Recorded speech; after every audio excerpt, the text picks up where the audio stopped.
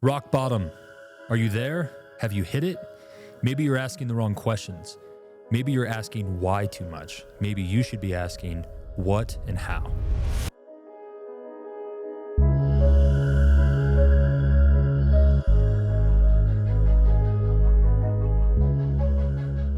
Ladies and gentlemen, welcome back to the Progressive Resistance Podcast. I, of course, am your host, Luke Krubeck. Looking forward to the conversations that I get to have today with my guest, Jake Hogan. This is episode 20, believe it or not. So keep chipping away at these and we're going to have a bunch. So thanks for being here per usual. And just the general reminder, as always, don't forget to like, subscribe, share so that we can keep spreading the word of Build the Better You. Jake, welcome to the podcast. Thank you. Thanks for being here, man. I appreciate it. Yeah, happy to be here. I've joked with you that I'm going to get you as a guest, and you said, no, you won't. And here we are. Yeah, but it took a while. It did. That's all right. I fought the good fight.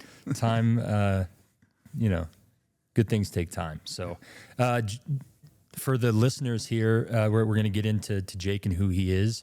But just a quick history to give maybe a little context of how I know you. Jake is a member of the Barbell Club. At this point, probably a charter member. You were early on, man, when I first opened. Early on, probably August of 2020. Yeah. Yeah, right when we came up here. So that's how I originally met Jake, and then have gotten to know him further. We're actually neighbors, and actually now we're working collectively on a group that we started called Elevated Labs, which we'll get into kind of what that is, but a space for other business owners and entrepreneurs to meet and get ideas and mentor one another, et cetera. So we'll get into some of that. But so Jake, I have a little introduction here. I'm gonna read, and then we'll get into a little further. So Jake Hogan is a husband, a father, a friend, my friend, a past, present, future businessman.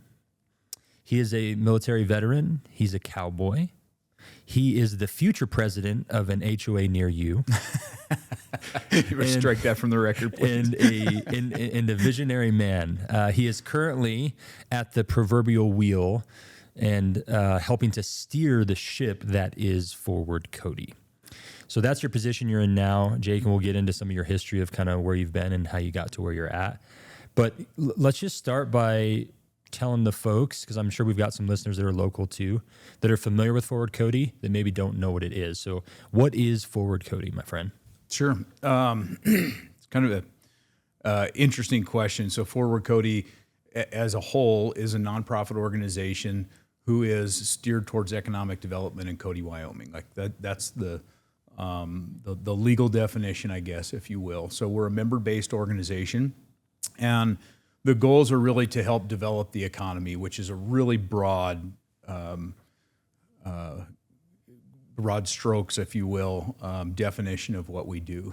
On a more granular level, there's three basic ways to kind of grow the economy, and that's through entrepreneurship, business retention and expansion, and then business recruitment, which is bringing businesses in. And so might skip a little bit into the vision, but as I took over January 1st of this year, my predecessor retired. I looked at the whole history of Forward Cody. I look at the town of Cody, and where are we like highly functioning, and where are we not functioning quite as well as we could be. And as I kind of talked to other business owners, we kind of found out that we did surveys and things like that, but we kind of found out that entrepreneurship is kind of untouched here. There's a lot of amazing entrepreneurs in Cody. There's a lot of awesome business minds, some successful entrepreneurs, some up and coming. And so it kind of directed it towards, hey, what would happen if we really fostered a good entrepreneurship group, really got entrepreneurship going in Cody?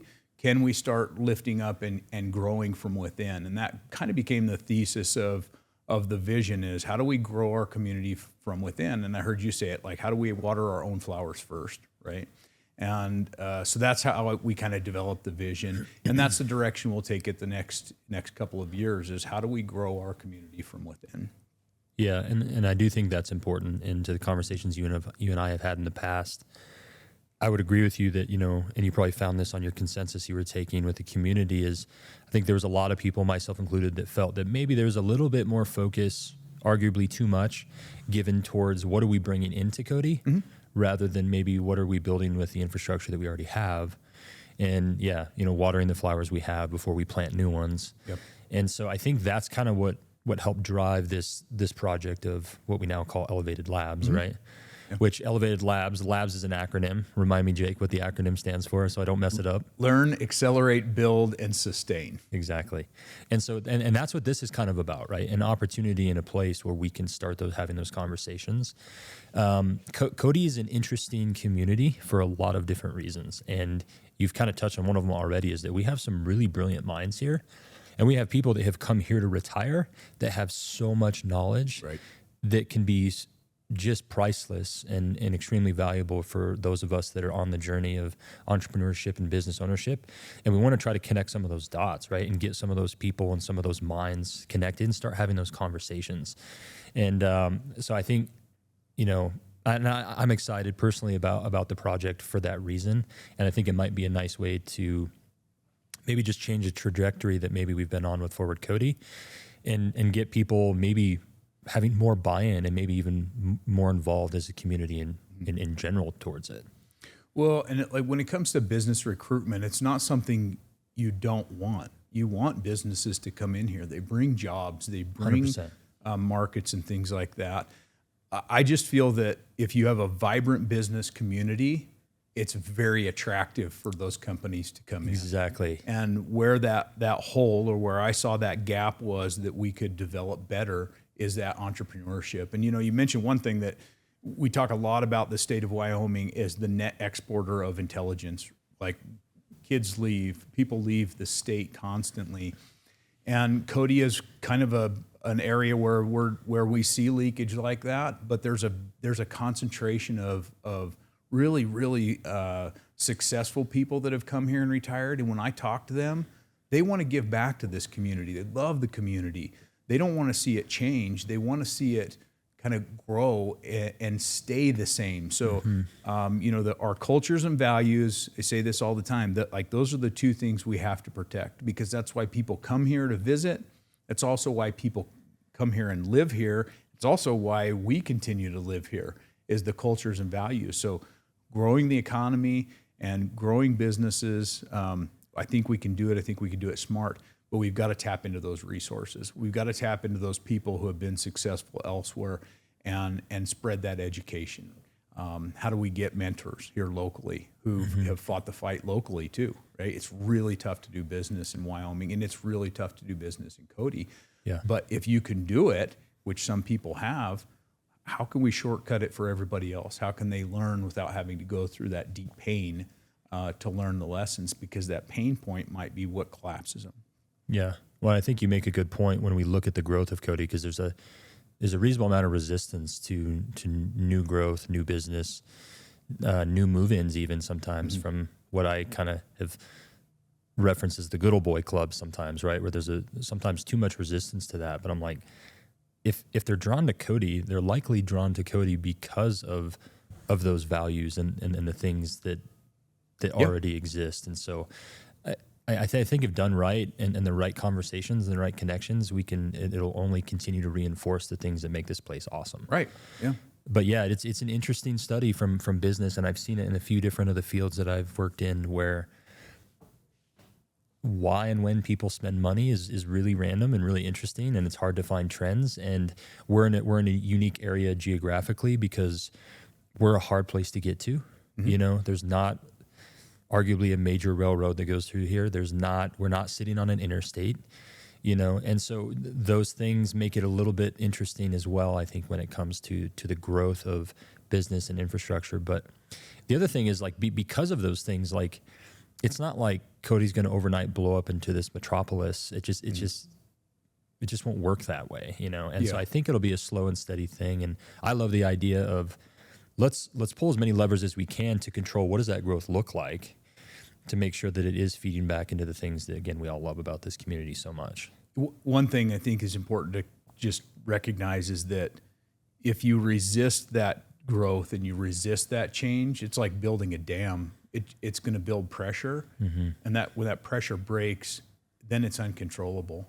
And I believe that if we have local investors that are funding local projects, we can at least maintain for the longest time we possibly can outside investment that's going to change. Outside investment comes in and they're interested in money. They're interested in that return on investment. They're not interested in our cultures and values necessarily. But the people that live in this community care very much about the cultures and values. And so when they invest in that, it can help us maintain that and help us keep our culture and values, but still grow our economy and help our neighbors. It's kind of that old West, like you got a neighbor. When you're on a ranch, you got a neighbor. You got to help them, right? Because you might be the one in need next. 100%. And I think too, Cody, this area is a lot bigger than people realize. Yeah. The population sign when you come into town isn't extremely accurate because that's considering city limits only. Right. And the nature of how this area is set up, there's so many people that live out of city limits, you and I included. And so there's a lot more people here than people would realize. I get that question like on the gym market here being arguably oversaturated, and they're like, why do we have so many gyms? We only have 10,000 people. I'm like, well, there's a lot more people here than you think. Yeah. So I think there's more potential than sometimes we give Cody credit for. So I'm excited about this Elevated Labs and an opportunity for some of those discussions. For anyone listening that may be local and maybe have interest in this, is it accessible to everyone? Can you talk to a little bit about what those meetings are going to look like? Yep. And we had the first one last week. I was out of town, but just maybe give the people some insights of like, hey, how are these meetings structured, and like, again, what does it look like for people to access it? Sure. A little bit of history on it. So, I was an entrepreneur, still am an entrepreneur. I love developing businesses, and we probably get into it later, but I'm a visionary thinker, so I'm always got all these ideas constantly, and it's really difficult to execute. And because Wyoming is a tough place to do business, it's also a really tough place to start business. We rank very low on access to capital. There's one venture capital firm in the state of Wyoming that focuses on Wyoming. It's a long tail to your return on investment. You can get multiples on your money in other markets. And so it's really hard when you start developing a business when you're young, you've never done it before. Where do I go to the resources? Where do I get that information?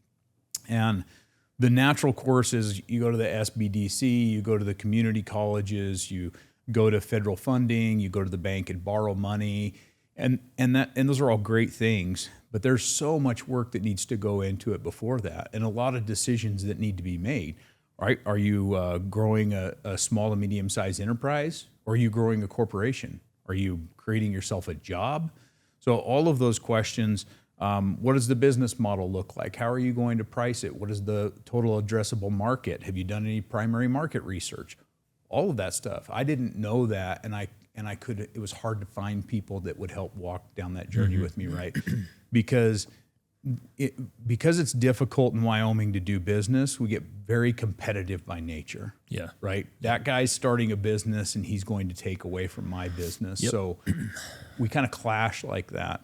And I needed collaboration. When I was up and coming, I needed some guidance and some help with that kind of stuff. And I couldn't find other entrepreneurs to help me. Yep. They were all older than me.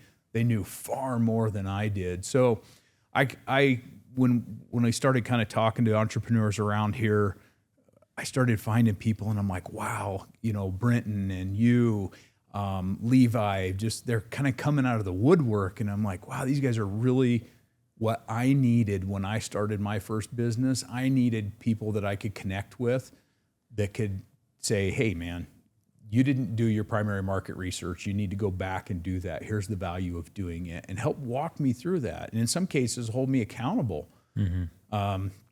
So I thought, well, let's just create it, right? We'll put something together, and got a team of a few people together, and you're one of them. And everybody was really excited, had a lot of input into it. And so we've created this kind of a peer-to-peer mentorship group. And we want to get together every month, have somebody as a guest speaker to just talk about their journey, right? Here's how I started my business. Brian Walker from Cody Craft Brewing spoke the other night. Very interesting story, right? Like, he had nothing to do with brewing, and he started a wildly successful brewery that's expanding and growing. He didn't know anything about it. Right. He just like, I'm going for it. And I love that, right? So more and more stories like that. That's inspiring to me. It's inspiring to you, and it helps you want to keep going. Absolutely. And then have some breakout sessions afterward. So once we hear from somebody, sit around a table and hey, let's talk about hiring challenges and how you're overcoming hiring challenges. Talk about marketing. Let's talk about access to capital. Do you even need to go borrow money? What about that minimum viable product? Can you pare your idea down to the smallest, most core product you possibly can and get started bootstrapping it instead of going and borrowing a lot of money, right? Prove the concept. Yeah. Things like that. Absolutely. Yeah. And I think that just the mentorship world in general, I'm a big advocate for, and I'm part of 2 mentorship groups outside of what we're talking about that, I have regular Zoom calls with weekly and check-ins. And again, I love the accountability that it brings, and I love the chance to have these conversations and be in rooms, real rooms or digital proverbial rooms, where I get to be around people that are ahead of me in my journey. And I love that opportunity to learn from them, to get different insights.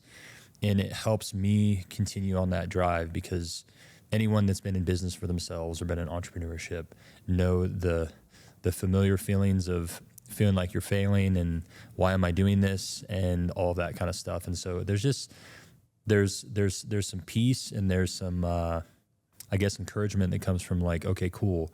This is normal. Like, everyone has felt like this at one point, and that I'm not the first person to be facing the problem that I'm facing. Right. And that there's some tools, maybe some skills that I need to acquire. And there's a way through or around this obstacle that I'm dealing with. And so I love those opportunities, and excited about, the potential for these meetings too. How was the first one? I know I was out of town, but yeah, it was pretty fun. A couple new faces. Cool. And like I said, Brian, great story. Like, it's really interesting. One of the things that I love about entrepreneurs is when you look at them, everybody looks at them post success, right? Yep. And they've made millions. The journey is what's cool to me. But to see somebody say, "Oh yeah, I'm in the tech space and I've worked for these big corporations, but I'm really interested in starting something small that's way outside of my skill set." Yeah. Right. And I'm just going to go FIO, right? I'm going to go figure it out. I'm going to figure out how to start a brewery. Yeah. And I'm going to surround myself with people who can help me be successful. Sure. And I'm going to hire people who have a very strong skill set that can help develop this business for me. And I'm just going to fight the fight, right? And, and I love that, because I think inherently that is human nature to me, right? Is just digging in and fighting the fight. You have to that's where you find purpose. Is,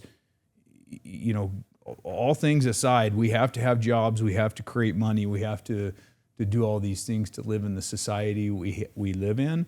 But what we really yearn for is this strong sense of purpose. That I can go do something. I can jump in the middle of something that is completely unknown and obscure to me, and figure it out.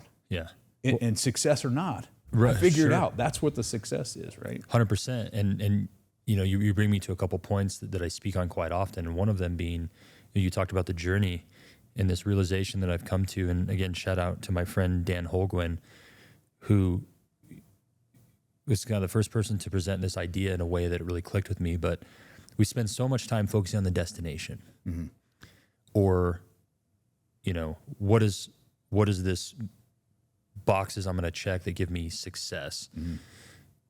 But the real destination is the journey in this life, because for starters, we don't know how long we get. So we can have these things we're driving, we're striving, and we're working for, but there's no promise. So the journey is the destination when you really zoom out, because guess what? When you get there, the top of the mountain is just the bottom of the next. Sure. So the journey matters so much. But I think, I think one of the reasons I like entrepreneurship is because it puts you in a situation where your back's against the wall. And that's where I think that's where we find our best self. Our best self is found when we're leaning head first into resistance. And I mean, this is called the Progressive Resistance Podcast, right? Which is for a reason, and it's a play on, you know, progressive resistance in the gym, right? Because I'm in the fitness space, and that's what changes the body. Is we work against a load or a resistance that we're not used to, right? That's called the overload principle. We're getting the body past what it's used to, and that's what facilitates this need for adaptation and change. And everywhere else in our life is no different. Like, we find our best self through leaning into the resistance and leaning into the things that maybe we're not good at, finding a way to put our back against the wall. Sometimes it happens for you, usually when you first start. But then what I find is in business, as things start working, complacency will set in. And I've said several times that I've come to this conclusion that I think complacency probably kills more businesses than risk does to a certain extent. Because you just kind of start going on autopilot and you get on cruise control. And so I think finding ways to create that stimulus to where you kind of feel like your back's against the wall again, not stupid, maybe unnecessary risk, but leaning into it like the same way you were when you had to bootstrap it. Because I think for the most part, small businesses are that way. For the most part, small businesses are built off that individual. And so without even thinking about it or what they're building or what their exit might be in 20 years, they're building a legacy company because they are the business. And that's why this event that you and I are speaking at here coming up in January, I'll be speaking on non-negotiables and personal brand. Well, what does your personal non-negotiables and personal brand have to do anything with business? Well, just about everything. Sure.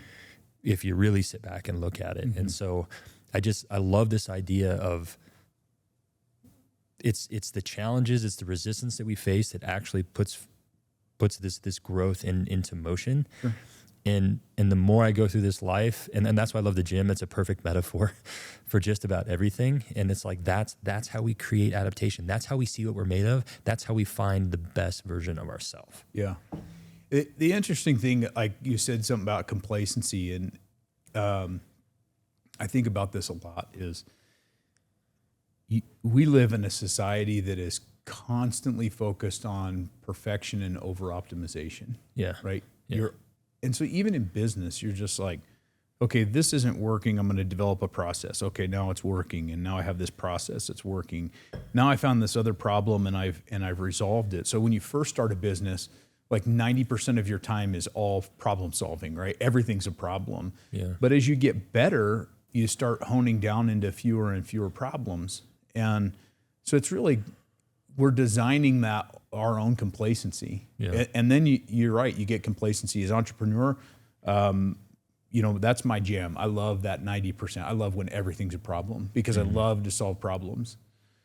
But once it starts getting down to where it's kind of maintenance and everything's kind of working, I'm out. Yeah. That's not interesting to me. Yeah. I need more of that unknown. And it's a trap. To me, it's a trap. There are people who are successful running businesses like that. They like the minor refinements and things like that. And I'm not like that. I like big swings. I like high risk and go after it. But back to the complacency thing is that it's almost like this natural built-in thing in our world that we're trying to get to a level of complacency and comfort. But you crave to get out of it. You're constantly craving to get out of it because out of it is where you're going to find purpose. Now, all of a sudden, I have a challenge. And if I have a challenge, I have to be creative. I have to be resilient. Like, I have to do things differently than what I'm doing now. And I think people have a thirst for that. We don't have enough of that. And I know there's a lot of movement to like, hey, take the ice bath and do all that stuff. And I'm all for it. But I also think that outside of that, we need a bigger adventure to be on, right? Like my buddy and I, we go fish and hike, and we go all over the place. We went down south, north of Lander and Du Bois, and we drove out there, and his truck broke down, and we had to walk into town, and it was 4th of July, and they got the parade, and we couldn't get a tow truck, and all this kind of stuff like that. And we never fished. We were gone for 3 days, never fished. And we came back and my wife's like, well, how's the fishing, And I was like, well, it kind of sucked. We never fished. And I loved it. Mm-hmm. I loved it because we had to, you had to be alive to do that. Yeah. You had to figure things out. You had to walk. Everything was a challenge. We were walking back and it was raining, 40-mile-an-hour winds, Yeah. It was an awful, miserable experience. But I have that memory with my friend, and I crave that kind of stuff. And I think most people do. Yeah. 100%. You talking about the adventure, it made me think of, so I had a team meeting this week for all my employees at the Barbell Club, trainers, cleaning staff, back end, behind the scenes, admin, everybody. I include everybody because it's important to me that they all know that they have a very important role for the mission and where we're going. And even with my cleaners, I'm like you're not just like a cleaner, you're not just janitorial staff. In fact, you were one of the first pieces and maybe one of the most important pieces to the customer journey for me. Yeah. Yeah. Because one of the number one compliments we get is how clean and organized the space is. And I was like, that's the first thing that people are noticing and seeing. So just to get them to understand, I'm like, you're not because they usually go in and clean late. And I'm like you're not forgotten. Like that is very, very important to me. And I need you to know that's part of the customer journey on me selling people on training and memberships. Right. So, but when I was talking in this team meeting, we kind of go through, housekeeping stuff and, troubleshooting anything that may have happened since we met last. But the second half of the meeting, I always present a little bit of a lesson. Mm-hmm. And it's something, of course, on the personal development side of things. And the lesson I gave this time was talking about a few different things and some things we've already spoken about. But this idea of adventure or this quest, I shared with them that the importance of asking ourselves questions. Mm-hmm. And asking ourselves the right questions that bring us to a state of accountability and extreme ownership. And one of my favorite questions to ask, and I first heard this and gathered this from a group I did some leadership training with called Clemmer and Associates. But the question is looking at every situation in your life of what have I done to create this? And I'm trying to instill that in my children a little bit too, because it's a super valuable question to ask yourself, especially in times where maybe you were a victim and something did happen, feels like to you. But what have I done to create this? Because maybe you didn't create what initially happened, but you can continue to create the experience by what you do next and how you respond. And so what it does is it takes something that maybe was out of your control, but it puts it back into your control. You're like, okay, what have I done to create this? And so I love the questions, but I was listening to Jordan Peterson one time, and he talked about how it's not a coincidence that the root word of question is quest. And so asking the right questions is an important part of our personal journey to figure out who we need to be, what are the things that we need to change, what are the non-negotiables we need to have, the things I'm going to do, the things I'm not going to do, to make sure that I'm on the right trajectory and pointed in the right direction. And business ownership and problem solving is such a great opportunity for that. And I don't know, it's just a beautiful thing. And again, leaning into the resistance and doing the hard things. I'm with you. I'm like, I love the trends of let's intentionally do hard things, whether that's an ice bath or, workouts are that way. Again, there's a relativity scale that's created. Like you go and kick your own ass in the gym on leg day. It's like anything else that happens that day, man, you should have seen what I did. I did 10 sets of 10 on squats this morning. You're going to bother me with these problems. It levels you up. And I think as humans, we need that, especially in today's world.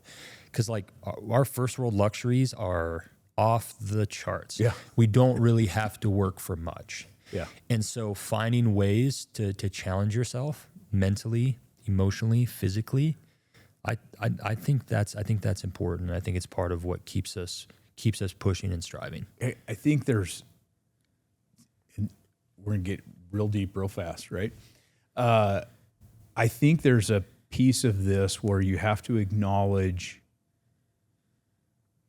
I can go take ice baths, right? And the whole idea is that you're training yourself into the ability to do tough things. Sure.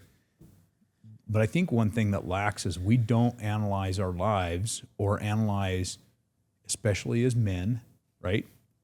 We can't look at our lives and say, this was a tough situation for me today that I overcame. Because every day you're going through little things all day long. And it is tough. You make good decisions and you make bad decisions. But if you can't look back on your own life and your own day and acknowledge that you did make those tough decisions, yeah, then all the ice baths in the world, it doesn't matter. Right. You're creating this fictitious challenge and patting yourself on the back for, I created this bad situation and I overcame it, but you're not looking at the day-to-day cards that are dealt to you and saying, I overcame these. Yeah, we have to turn the knob up of efficiency, and that comes from usually the micro adjustments that are often within.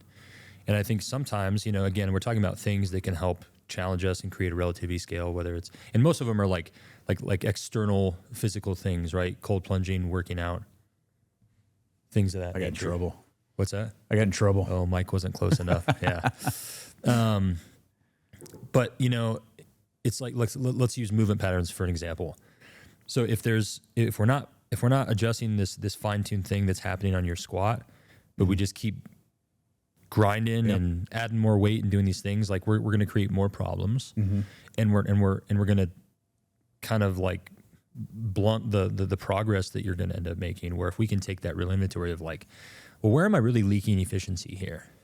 Oh, it looks like based on this pattern, it's actually your ankle mobility that's creating this problem that's now causing your back to hurt or whatever else. And I talk about this a lot on this podcast, the importance of taking an inventory of your life. And I spoke to my team about this too, and it's not the first time they've heard me speak about it, and I have an episode on it. The programs that run us, the programs that run our unconscious, subconscious mind. And it's taking an inventory of like, what programs do I have running? Which ones serve me and which ones do not? And it's our responsibility and obligation to have those conversations, to ask those questions. And again, I love that basic question of what have I done to create this? That will often bring you to the answer of how you had ownership in that. And maybe it was just how you responded. Maybe it was all these things. But yeah, to your point, we have to look internally. It's like we can do all the things, but it's not going to fix the problem if we're not actually getting to the root cause of it. And sometimes that means going way back. Sure. And that's the process I found when I went through counseling, working on stuff through my past and things that I was like, yeah, that happened, but that, whatever, it doesn't really matter. Turns out it might matter more than I think. And so, having the systematic approach and taking the inventory and finding some of those little micro adjustments, I say often, whether it's movement patterns or in life, it's these tiny little corrections for huge change down the line. Sure. Yeah. So I want to get in just a kind of a little bit of a life history with you. So you got time? Yeah, we got time. We'll pretty shady pass. We will condense it a little bit if we need to. But just tell me a little bit about where and how you grew up, and that will probably lead us into kind of how you got to Cody and where you're at now. So let's get into that just a little bit. I'll give you the summarized real quick version. I grew up outside of Denver in Golden, Colorado. I was born in Billings. My family moved there. My dad was a petroleum engineer. Grew up in a wonderful, wonderful family. Had my parents are amazing, amazing people. I'm not going to be the first one to cry. You're going to be the first one to cry, remember? I had a wonderful sister. My aunts and uncles, we just had a really close family, very loving family. And to underlie this, I always felt like I wasn't like them. Like I always felt like I was the black sheep, right? So as soon as I could, I got out of the family and I went and I'm going to just do whatever I want. Anything that my family was, I'm not going to be that, right? I was that kid. So at 18, I joined the Marine Corps. I'd originally signed up to be a cook because I like to cook, because I like to eat. All right. And just a few weeks before I went to boot camp, I said, no, I'm going to the infantry. If I'm going to be a Marine, I'm going to go all in, right? And I had always wanted to be a Marine since I was a little kid. And it was joining the Marine Corps was kind of I found something out about myself, and it's if I put my sights on something, I'm going to do it. I don't care if it takes me the rest of my life. I'm going to figure out how to do it. All my life, I wanted to be a Marine. I joined the Marine Corps. I met my wife when I was 15, and I remember the day I met her, and a lady that we were on a church outing, and a lady said, "What do you think about Ange?" And I said, "I'm going to marry that girl someday." And it took me years to do that, right? And a lot of weird stuff happened in between, but I set my sights on something, and I just go until I can figure out how to get it done, right? So joined the Marine Corps, and it's really tough getting out of the Marines. Like getting out of the military at all is really tough. And I was thinking about this morning because I knew we'd talk about it. Is you are the baddest mother you're ever going to be the day you get out of the Marines or the day you get out of the military, and the next day you're just like everybody else. Yeah. And that drop is really tough to take. It's really tough to manage. And I wanted desperately to be that person in the world, and you can't be that, right? It's an identity crisis almost. Yeah, it is. Yeah. And so that's what I was kind of seeking, is like, what's my next identity? So I thought, well, I flipped a coin. I'm getting out of the Marines. Where else can I sleep on the ground and carry a gun? Mm-hmm. And, well, I'll be a cowboy. Yeah. So that was what I decided I was going to do, and I'm just going to figure it out. So I went to college, found out I wasn't very good at college. Excuse me. And I kept pushing to try and get into agriculture. Like, I loved it. It was just an awesome job. So I cowboyed around, hopped around from job to job, went to college again, learned how to ride colts, learned how to braid rawhide and leather, make my own gear. Like, I did the whole cowboy thing, lived in cow camps, all kinds of stuff. And I loved every minute of it. But as my life evolved and my wife and I finally got back together, and she had 2 daughters from before, so I had 2 amazing stepdaughters, and we put 2 more kids into the fold, and it was like, this isn't working. You can't afford to do this anymore monetarily. So I had another culture shock, right? I had to become something else. I started becoming an entrepreneur at that point, right? I had a horse training business and horse breeding business. We bred foundation quarter horses, and so then I evolved into the next piece was, well, I'm going to learn about this internet thing that's out there. This is in 2008. So I learned how to build databases and stayed up late at night just hacking on the computer, Google this, and learned about social media, marketing, building databases, websites. That got me into the Casper Star Tribune. Helped them stand up a website, launch their digital advertising platform, moved over into radio, and I spent 9 years as a digital sales manager for the second largest radio company in the United States, and managed the Casper and then eventually Cheyenne and Laramie markets. Got to be the director of sales, got recruited to run the radio stations here in Cody, and came up here. Along the way, I kind of dabbled in little things. I got into building hydroponic farms and shipping containers with a couple of guys down in the Casper area. That didn't come to fruition. Bought a e-commerce business. That didn't work out. COVID just absolutely hammered us. So a lot of like trips and falls through the way. Yeah. But man, I like the fight, so I just kept going at it. So left the radio stations in 2023. Worked for an excavator in our neighborhood for a little while. Yeah. And started working on another business, and then I took this position with Forward Cody. So that's the condensed version, right? It's a lot of stuff in I love that, a few years. And you and I have talked. So Jake and I have had a lot of conversations in my office at the Barbell Club that start with something very surface level or a fitness discussion or something, and then it ends up going down some really cool, deep philosophical rabbit holes, which I'm always appreciative of. Yeah. And I think your journey in some ways reminds me similar to mine, where I'm like, I've done a lot of things. Mm-hmm. and I've looked at that sometimes as a mistake, or that I wasn't good enough, or that there was like, I just kept missing the mark or failing. Yeah. But I've been able to separate myself from that and get enough of like 100-foot view to realize that all of those things gave me this culminating set of skills that I use now. Yeah. Whether it was my time in the, in the blue collar space of landscaping, and I was in sales, I was in the car business, all these little things, I've worked in a lot of gyms, I've done these things, but like each one taught me something that was of value. Mm-hmm. And I was kind of the same way growing up, where I was a 5-sport athlete. I was also a musician. So I was hitting people on Friday night, but then I was singing in the choir, on Saturday, so it was kind of all the above. And I often thought, I'm like, maybe I should have just gone all in on just one thing. Yeah. Wonder how far I could have taken it if I just went on one thing. Like, I'm a musician, I'm a guitar player. What if I just would have put all my eggs in one basket, man?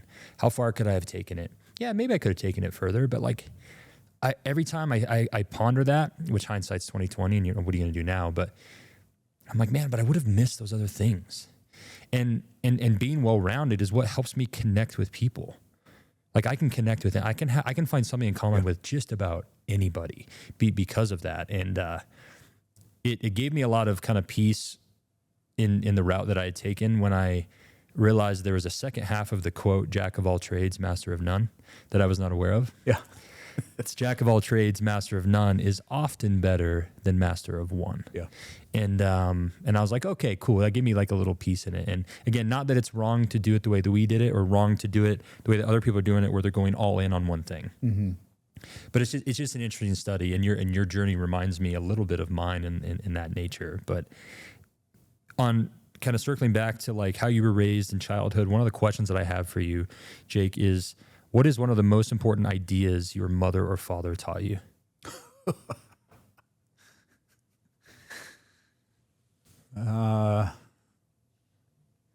Yeah, you're like going straight to make me cry, right? Right. With one question.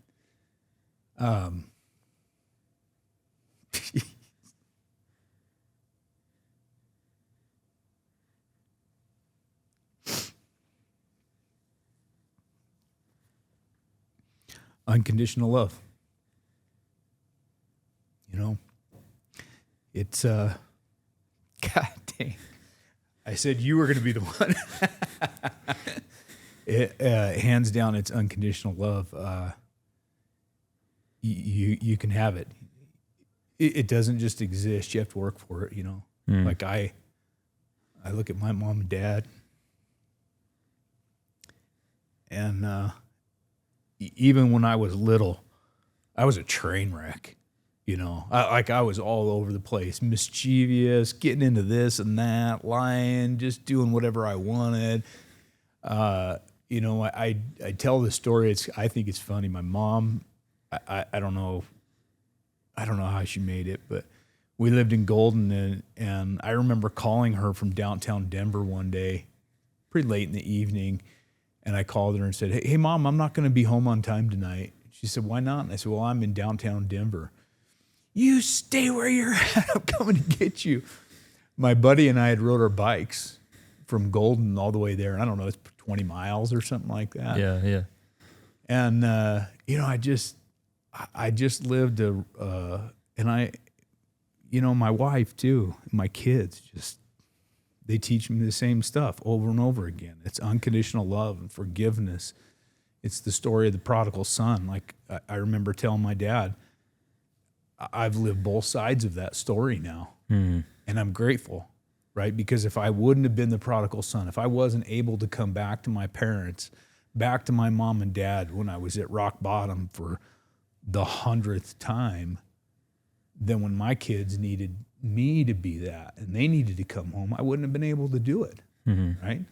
And it's something you just have to, they had to work at that, right? It's not easy. It is not easy. And trust me, I went way too far down, way too many bad roads. And I got brought back, right? And we talked that guilt shame cycle. We've talked about it before. I lived in that shame. It's what drove me down those roads. Yeah. And the little bit of forgiveness and unconditional love I got from my parents and my family is what keeps me balanced or trying to fight for this idea that it's just guilt. You can stop and say, this didn't work out. I tried and it didn't work and it was wrong. And I can do better now. Instead of, you did this and you're a horrible human being because of, right? I lived over there for way too long. And dang you, man. But yeah, unconditional love, man. Yeah, I like that, Jake. And yeah, you and I have had these conversations a lot. You and I have had our similar struggles with separating guilt and shame and identifying what they are. And that was, when I asked you if you had anything that was front of the mind, awareness on talking points that you wanted to make sure that we hit on. That was actually one that you had presented. And I told you this when I texted you back. I said, it's wild. When I have all the guests that I've had, I do the same thing. Hey, give me just a couple like top of the mind awareness for you things right now. It never fails. At least like 2 of the things that people send me are things that I've been like chewing on, like recently. Yeah. And so I'm gonna jump to that one since we're already touching on it. And it was, it was imposter syndrome. Yeah. Humility versus humiliation. Shame versus guilt. Confidence versus arrogance. The fear of others' opinions and being misunderstood in your actions. Mm-hmm. So I think you've already touched on it. We're already going there, but that was one of the things that you had presented. So in those, the shame versus guilt, I've always, that's something that I struggle with, and I've decided that shame is guilt that you've taken. And you've taken almost too much ownership in, and you've taken that guilt and you've put it in your pocket, you carry it around with you, and you nurture it, and you water it, and you feed it, and you help it grow, and then it becomes into this shame thing. Guilt is 100% necessary. Mm-hmm. It's part of the repentance process. It's part of the process of correction and extreme accountability. I'm a big believer in ownership and accountability, probably to a fault, maybe. And that's what maybe brings me to this shame. And I have things, in my past and things that that I just feel like haunt me, know? And so, what have you found to help you with that? And you speak to unconditional love, and the grace and mercy that comes with that. Yeah. What's the way through that? It's the analogy of there's the good dog and the bad dog. Which one are you going to feed? Yeah. And if you feed the wrong one, they're cyclical, right? Like if you feed the dog of shame, it gets stronger and stronger and stronger. And at some point you have to stop feeding it. And the only way I think, and I try and do this, is you have to define the difference. And this is why there's that kind of opposing list that I gave you, is there's a big difference between each one of those things. And for guilt and shame, guilt is saying, I did something wrong, I shouldn't do it, right? Shame is the same thing. I did something wrong, I shouldn't do it. It's what you do with that makes a difference. Do you have a behavioral correction, right? Or do you look at yourself in the mirror and say, you're an awful person because of this? And it's hard. Like, I did a lot of awful things in my life. It's really hard not to say you're an awful person because you did those things. And especially somebody like me who, I can't say, it's like I knew better a lot of times, but I didn't do better. And so guilt is, you know better, and now you have to do better. It's a tool that you use for correction. And it's a perspective, right? Yeah. You have to take the right perspective. Otherwise, you can't differentiate between the two. And I had to go learn that, right? I spent 3 years in therapy. We've talked about it, and I can't believe I'm on a podcast being this open, but geez. That 3 years helped me define those things, right? I read a lot of books, Jordan Peterson, Brene Brown. I mean, I did a lot of it. As soon as I can start defining the difference, then I can start becoming that difference. And so I can't tell you that I know how to get away from shame. I don't know how to get away from it. That's a daily fight for me every single morning. And we've talked about it before. I get up in the morning, I have about 2 seconds when I look in the mirror. Are you going to make it guilt, or are you going to make it shame? And there's some days I can't. There's some days I cannot get over to just feel guilty and make good changes, right? I get into that, and it'll draw me in for days, sometimes weeks, right? It's very heavy. I 100% identify with that. And my time in counseling, kind of going through the murky waters of working through things and the why and the how and navigating through that, it's been a challenge. And for me, I'm like, okay, guilt and shame. Like for me, like I need to identify them. I need to like describe them. Like, why does one exist? Why does the other one exist? Where do they come from? And if with me in a strong relationship with my creator, I'm like, okay, guilt is a useful tool that my Heavenly Father probably wants me to have, because it gives me, it's a point of interest of like, hey, need some correction here. So it's necessary. But again, when we take that, we nurture it and we carry it too long, it becomes an identity thing, which we don't want. And the shame comes from the other side of this. If the soul is worth so much, there's going to be a constant battle and tug of war for it. And so I know that the adversary would very much like me to live in shame. Because what happens then is I'm also keeping myself from progress, because I'm not deserving, I'm not good enough. And that's going to keep me put in a weird spot of complacency and not seeking to lean in towards the resistance like we've already spoken about. It's the easy answer. It's the easy answer. In an odd way, as miserable as it is, it's the easier answer. Misery loves company, though. 100%. And so I've just, for me, I've identified it. I'm like, okay, guilt comes from this power of good, and shame comes from this power of evil and the adversary that does not want me to find progress. And so that's been helpful for me. The other one that I've found, and again, I don't know that I'm past it, and every day is a little different than the next or the last, but is this what I call the geometry of life, this realization of, scriptures like, Christ was asked, of all these, what's the greatest commandment? And he says to love God. He said the second is like unto it, right? To love thy neighbor. But the part that gets left off often, because as we paraphrase things, is as thyself. Right. And I never really gave that much thought. And I was at a marriage mastermind, and this was brought forward.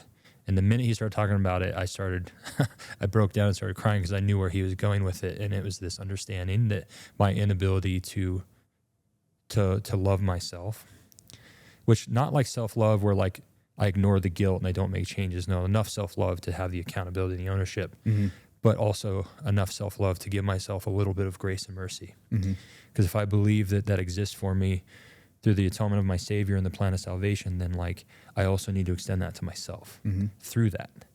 And so I was like, man, my inability to find appropriate self-love is hamstringing me then on my ability to love my Heavenly Father and love my neighbor. And they triangulate one another. All three are wildly connected. I can't show up and love you if I don't have if I'm not fostering this relationship with deity.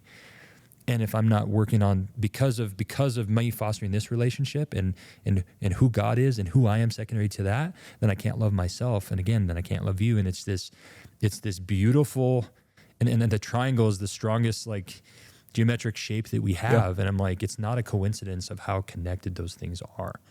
And, God dwells in us. And so it's a wild connection. And that's been helpful for me to be like, okay, it gives me, it gives me a runway for some of this work to land on. Yeah. And coming to those realizations has been helpful, but it doesn't mean that it's not still a daily battle at times. But I'm glad that you brought it up. I'm glad that you brought this forth as a talking point, because it's something I've struggled with, some of you struggled with, and I'm certain there are plenty of our listeners that this is resonating with them as well, because they're carrying this thing that they're not talking about with anyone else. And I think there's a little bit of peace that comes from we're not alone. Yeah. And certainly not the first person to ever feel these things.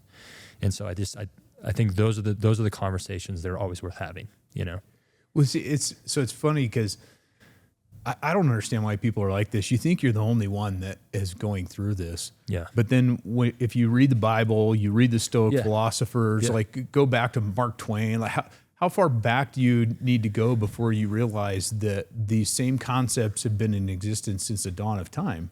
For like, time and eternity. Yeah, like, everybody does. And one of the things I think that's kind of part and parcel of this is understanding that you're not alone. So I always thought, but it's different for me, right? And you hear that in Wyoming all the time, right? Sure. But Wyoming's different. But it's different, yeah. Well, it is, and I wouldn't say it's different. It's unique. It's unique in its what's the word I'm looking for? In the way it shows itself, right? And every human is unique in the way they show themselves. Yeah.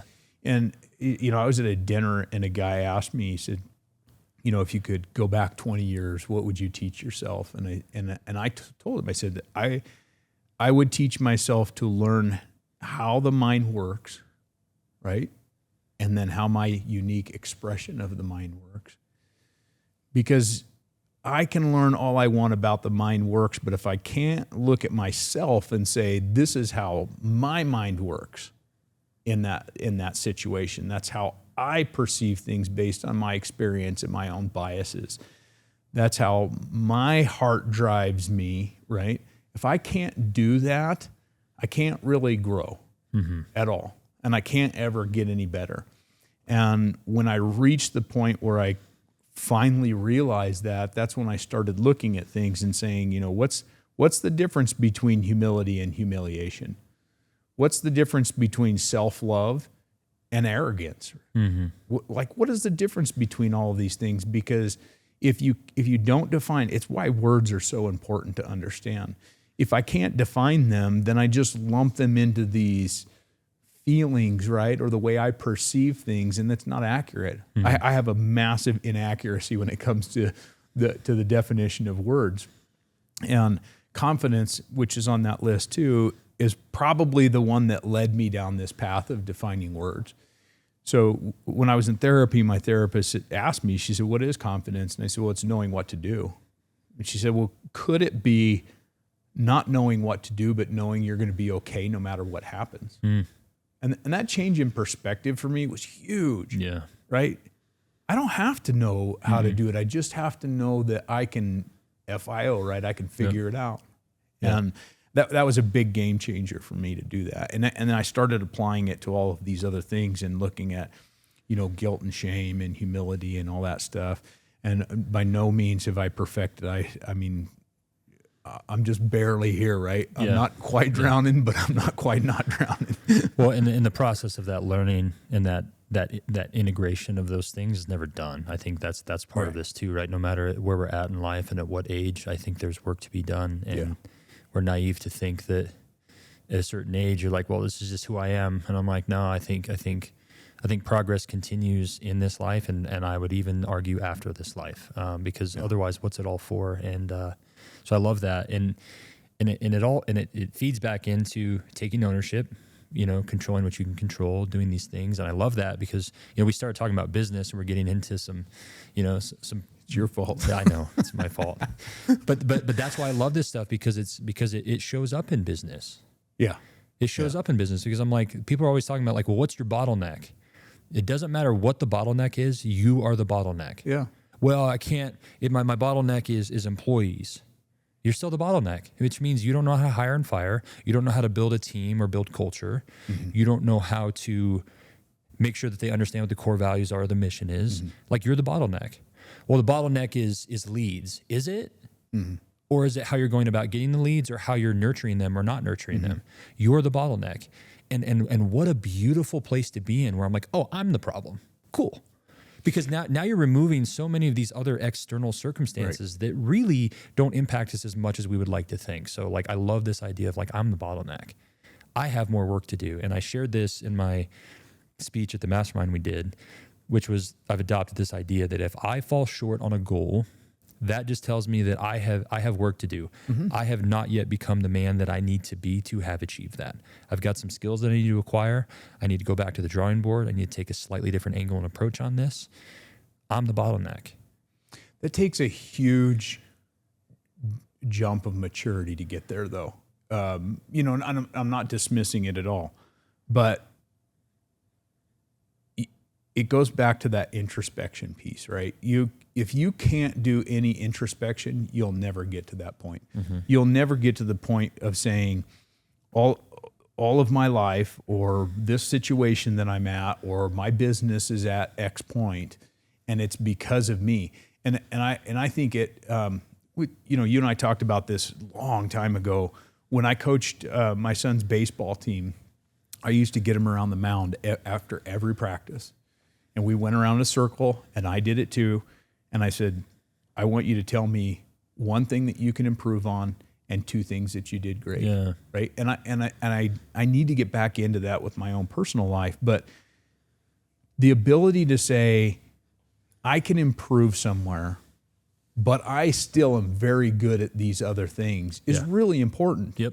And we don't practice it. No. We're not taught it, and we don't practice it.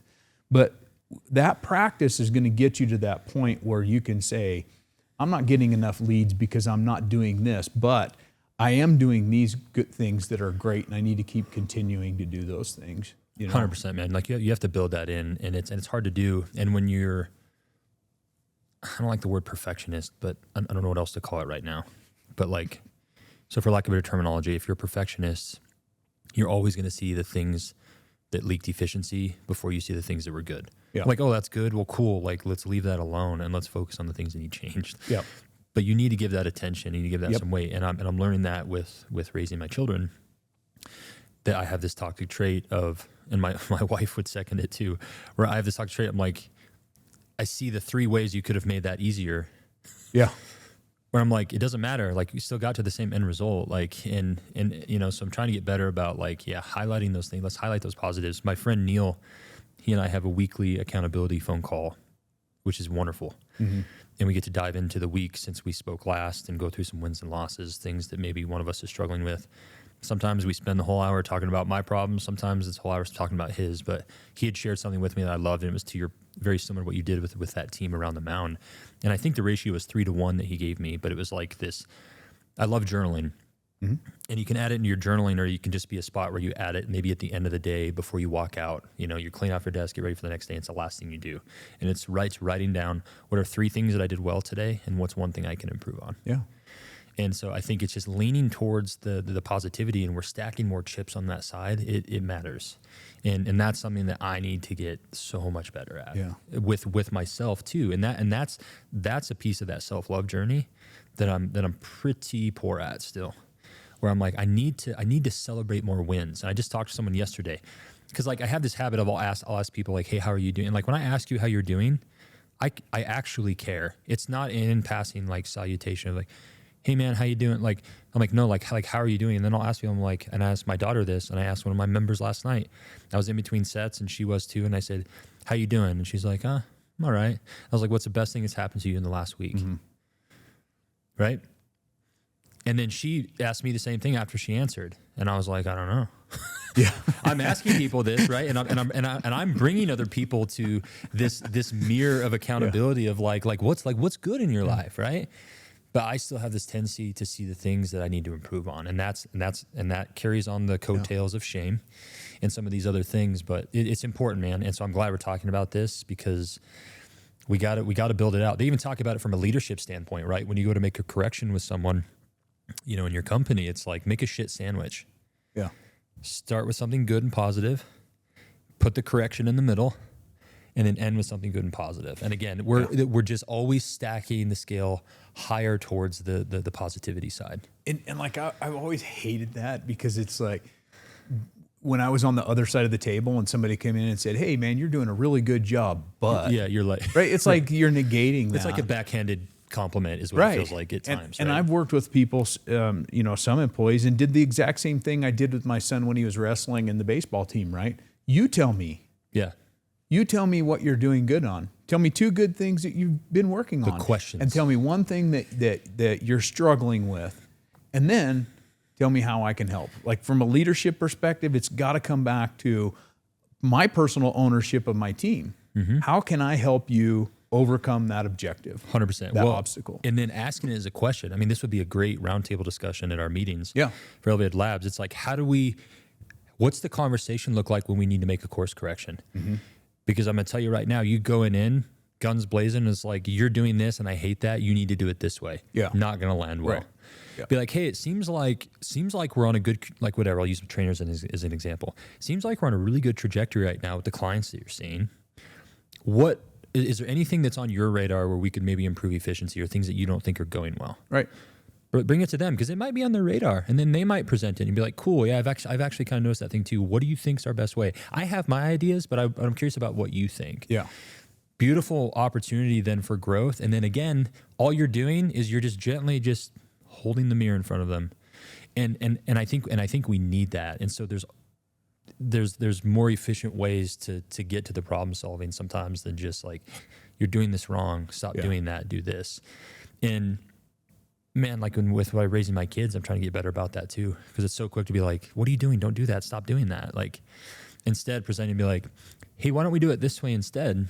Do you think that which way do you think might be better? Do you think this is the best way to do it? Like, raise it as a question, because then there's inquiry and then there's involvement on their end. Yeah, and using how questions. So I love the idea of using how questions. Like, how do you see this? Yeah.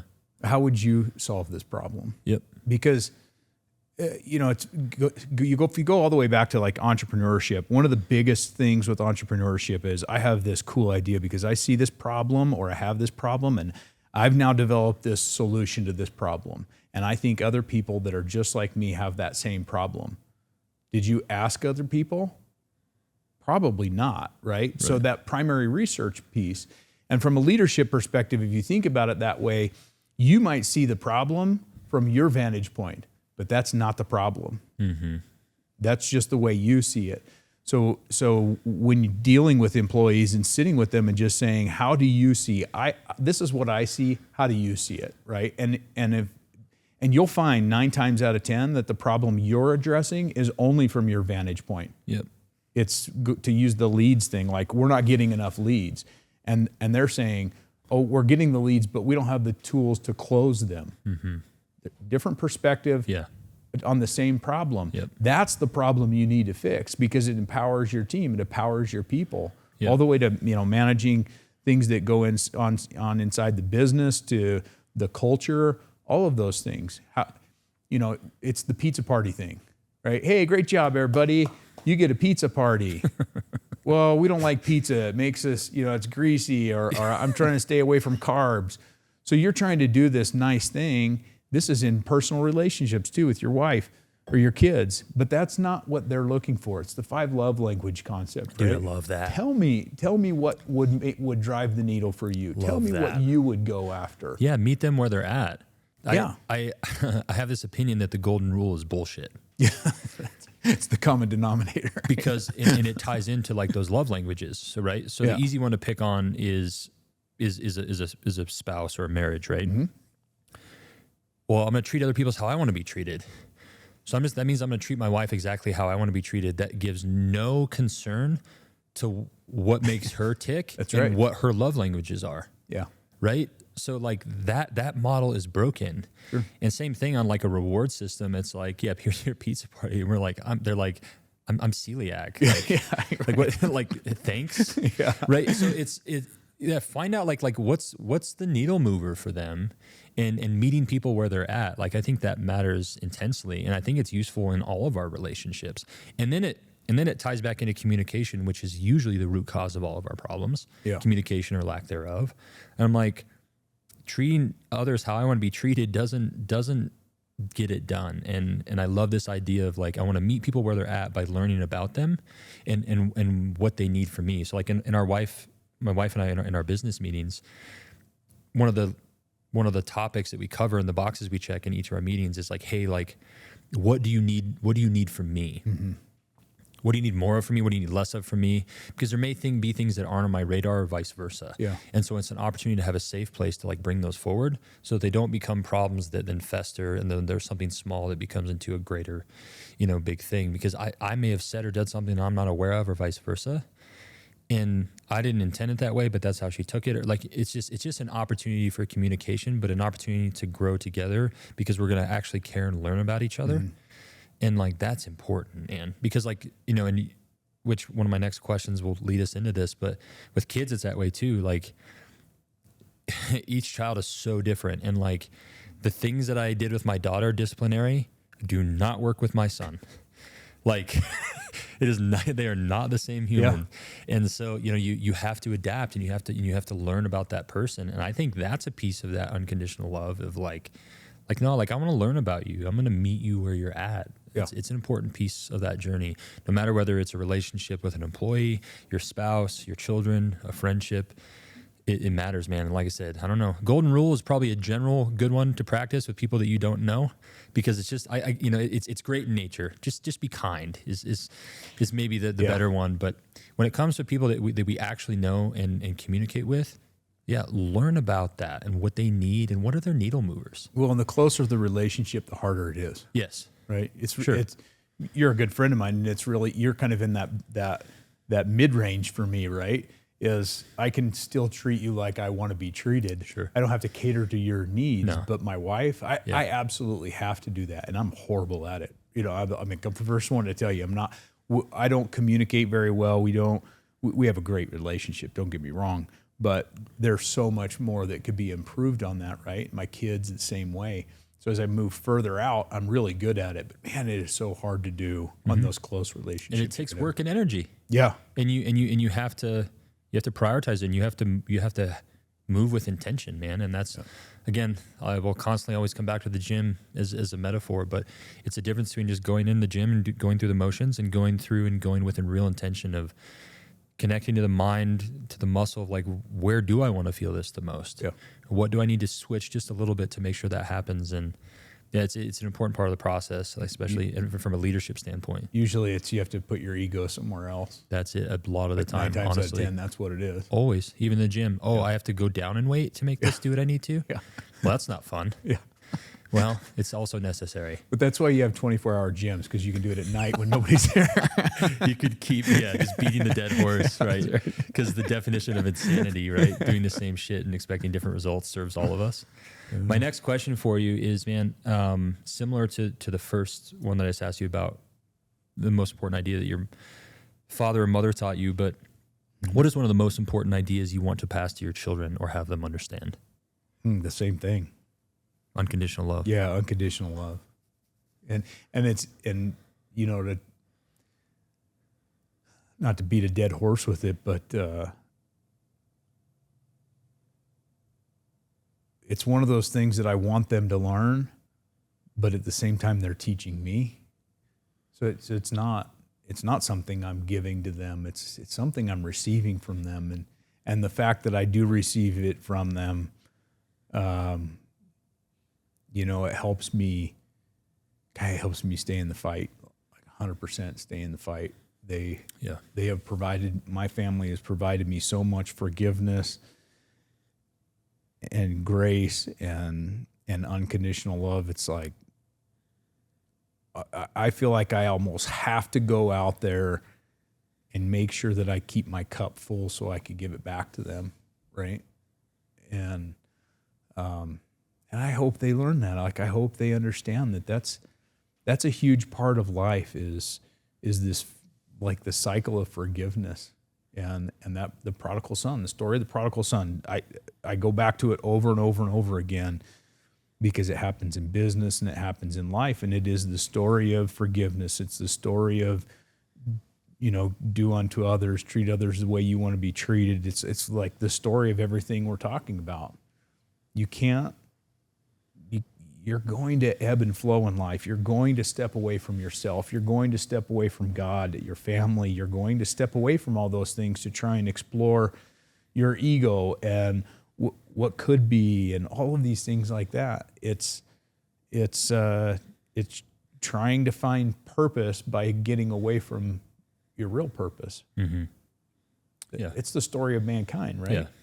We keep going this way, yeah, and it's all over here, right? Mm-hmm. So I never really studied it until a couple of years ago. But my name's Jacob, and obviously a biblical name. I go by Jake, but Jacob in the Bible wrestled with God, and I've lived my life like that. Mm-hmm. I've wrestled with everything that God gave me and said, no, that's not what I want. That's not what I want. I want that over there. I want this shiny object. And every time I get to the end of my rope and he's like, nope, mm-hmm. I gave you what you need. It's right here. Yeah. It's not over there, or I would have put you over there. I put you right here. Get back over here and start going to work on the things that you've been given, and stay here. Stay in the present moment with what you have, because it's not going to last for forever. Mm-hmm. And some of the biggest regrets I've had in my life were my sister passed away in 2007. I didn't have a very good relationship with her, because it was always like, I'll take care of that later. I'll do that later. I never spent the last, couple of years when my grandparents were alive, and now I'm looking at my parents and they're getting older and having health issues. And I'm like, God, man, like, how do you balance all of this stuff? I know what I need to be taken care of, but I feel like I have to be taking care of all of this other stuff, right? I've got to go after the money. What about me, and the things that I want in my life? Yeah. I don't know, that was a little off topic. But. No, man, I think that's perfect. And you make some good points that resonate with me. It's not by coincidence. It wasn't like words matter, as you said. Mm-hmm. And in the scriptures, man, it's not a coincidence. And that's used a lot in different stories and situations where we learn of men, prophets, whatever else, wrestling with God. Yeah. That word is not misused, because it's a wrestle, and it can be both ways. It can be a wrestle because we're going the other direction and he's got hold of his rope and pulls us back. But it can also be when we lean into him and spend the energy and the anxious engagement towards who is God, like learn about him, learn about the mysteries and who he is. Mm-hmm. And then therefore secondarily to that, who am I? Mm-hmm. And that's a wrestle. Yeah. And life is hard. Life is incredibly beautiful, and it is incredibly tragic all at once. Mm-hmm. It's I say it with satire, but I'm like, this life is the strangest thing I've ever been part of. Yeah. It's brutal, man. Yeah. And in those moments, and I think you and I have arguably both hit some rock bottom in our life, and there's some wrestling there. Yeah. And there's some intense conversations, more so than prayer, with God, of like, lots of questions of why and how and what. And it's important that we intentionally have that wrestle with God, because I think we're better for it on the other side of it. And again, I don't think that word is misused there. I think it is. And one of the gentlemen I had speak at my mastermind, Keaton Hoskins, talks about that. I tuned in on his mentorship group one time, and he talked about that very thing, the importance of wrestling with God and being intentional about it. Yeah. Instead of just kind of floating and not really giving it much thought. And I think it matters. Yeah, I think the hard part is you want to. It sounds stupid, but anytime you're in a conflict or a place of resistance, you want to find out who the winner is. Yeah. Right. And And the hard part about that wrestling with God piece is you're not going to win. Yeah, like you're not going to win. It's important that you do it because it is humbling. You do get a lot of those, when I was at I call it rock bottom. I hope it's the bottom. Yeah. Like I hope I never get worse than that. But yeah, that question of why, not why is this happening to me or why am I here, but it was why did you let me do this? Like, why did you let me get to this point? And it was like blaming God almost, right? Like, why, if you know all things and you know the path that I'm supposed to take, why did this path happen? And then he taps you on the shoulder and says, hey man, remember that thing I gave you called free agency? Yeah. Well, it's free agency. It's also, I had to